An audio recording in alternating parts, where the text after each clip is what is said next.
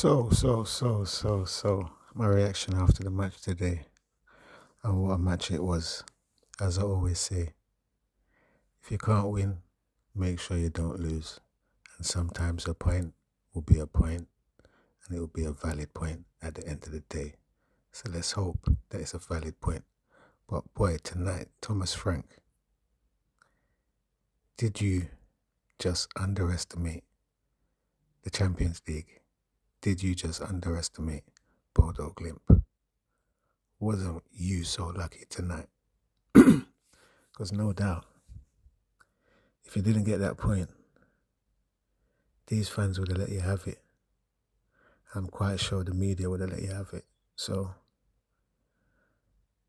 I should really say well done for the point. But to the point anyway, I think possibly this was the worst performance this season so far. And potentially, let's just put it down to the pitch. Let's put it down to the 5 major changes which was made. And I do believe if we had started that team that we played against Doncaster last week in the Cup, we probably would have won that game 4-2. But we drew 2-2. And we came back into the game and we got a point. We didn't give away a lead. We conceded 2 very good goals by the Norwegian number 10. And what a player he is. No doubt he will get his move next season. Dream move. The Dream League, whichever that is for him. But yes, he dragged his team. And they played solid. They played like a team that was a team. They probably all come from Norway. Who knows? But back to Tottenham.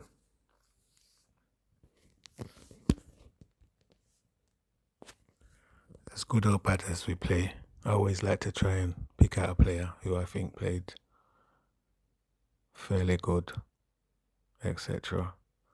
And tonight I'm going with Jed Spence. I think he played solid. I think he played safe. And I think he done a bit of everything.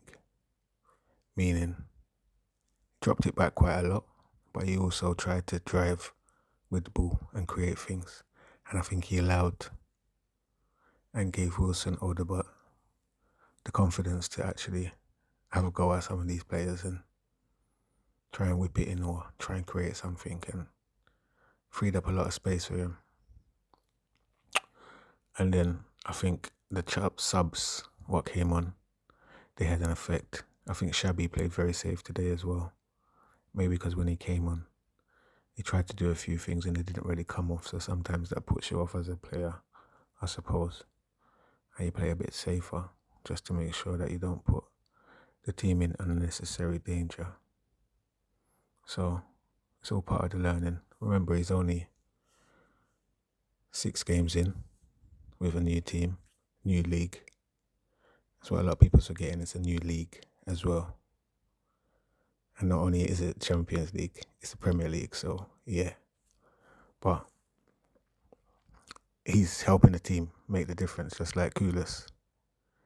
And then the next player I'm going to go with is Archie Gray. I think he's gathered a lot of confidence and he's playing like a player with a lot of confidence, and he knows where he should be and when he should be there. And he wants to have an effect. And he's doing that this far with the little opportunities that he's been given this season. So that's always good.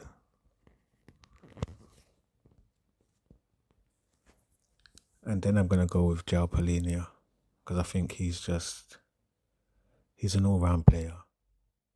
He's aggressive, he's compact, he's effective, he's a nuisance, he plays the ball, always looks to play forward. And I think he gives the team that drive. I personally think if he's not injured, he should start every game. I'm not saying he should play the whole game and see out every game, but I think he should definitely start every game. I think he sets that presence, that tempo in the midfield. And considering he might be the oldest player in the team, that might be just a piece of experience that we needed without getting the striker with experience that we needed, because we're missing Solanke, who I think will also have an effect on the team when he comes back.